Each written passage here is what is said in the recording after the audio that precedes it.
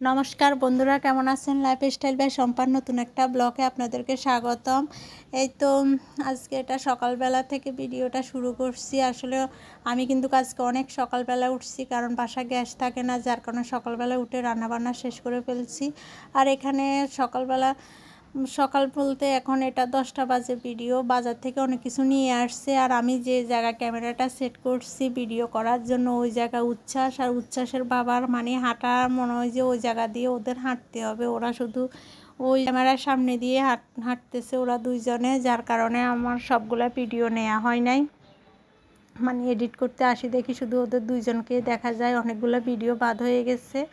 আর এই তো এখন আমি আটাগুলা সেলে নিব। আসলে আটাতে কিছু থাকে না, তারপরও মনের একটা খুঁতখুঁত স্বভাবের কারণে আমি সবসময় আটাগুলাকে এভাবে সেলে নিই, না হলে আমার ভালো লাগে না।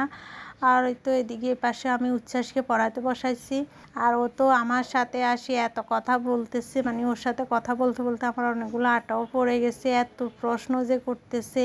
আর আমি যতবার ফ্যান চালাই আমি যতবার ফ্যান বন্ধ করে দিই সে ততবার ফ্যান চালাবে, নাকি গরম লাগে অন্য রুমে যায় বসবে না, এখানে বসবে আর আমার সাথে কথা বলবে বসে বসে।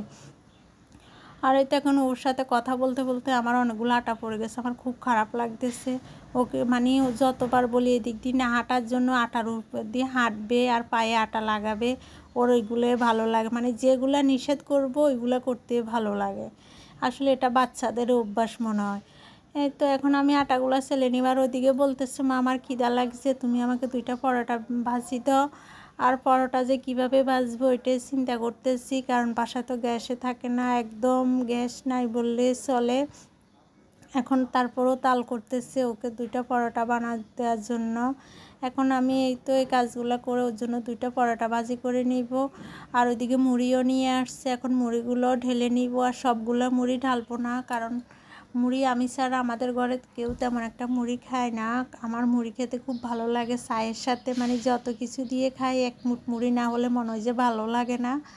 আর এই তো এখন আমি ঘর ঝাড়ু দিয়ে নিতেছি, ঘর ঝাড়ু দিয়ে তারপর ঘর মুছেও নিতে হবে, কারণ ও উচ্ছ্বাস তো একদম পুরা ঘর করে ফেলছে আটা দিয়ে, আটা পায়ে নিয়ে পুরা ঘর করে ফেলছে। এই তো এখন আমি উচ্ছ্বাস আর ঠাকুরকে ওদের দুইজনকে 2টা পরোটা বানাই দিচ্ছি। আর ওরা উচ্ছ্বাস তো ডিমবাজি দিয়ে পরোটা পছন্দ করে না, আর ডিমবাজি করার মতন অবস্থাও নেই, তাই চিনি দিয়ে পরোটা খাবে।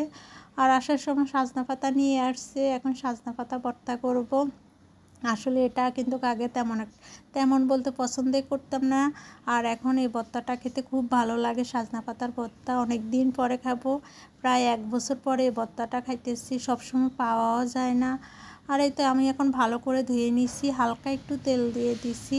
এখন হালকা একটু তেল দিয়ে পাতাগুলি দিয়ে একটু লবণ আর রসুন কুচি দিয়ে আমি একটু টেলে নিব।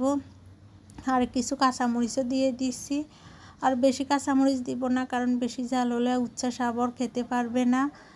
আর এই তো এখন আমি ভর্তা মানে এই পাতাগুলো টালার জন্য দিয়ে আমি যে কত কাজ করছি, মানে সবগুলো তো আর ভিডিওতে দেখানো যায় না।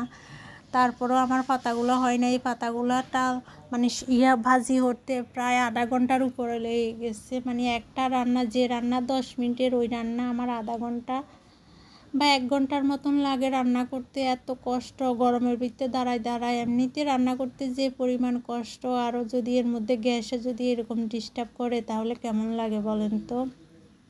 তো যাই হোক, এখন 2টার মতন বেজে গেছে, আর ওইদিকে আমি পাতাগুলো বসিয়ে উচ্ছ্বাসকে স্নান করে দিয়ে আসছি। আর এই তো এখন টালা হয়ে গেছে, এখন শিলপাটটা বেটে নিব, আমি ভর্তাটা করে নিব। আর এদিকে ওই তো উচ্ছ্বাসের স্নান শেষ, এখন দেখেন ওর বন্ধুর সাথে খেলতেছে, আর ঘরের তো কী অবস্থা করে ফেলছে কি বলবো। আবার এই তো আজকে আমার রান্নাবান্না সজনা পাতা ভর্তা আর শস্য নারিকেল দিয়ে পাবদা মাছ রান্না করছি, সবজি রান্না করছি, এটাই আমাদের রান্নাবান্না।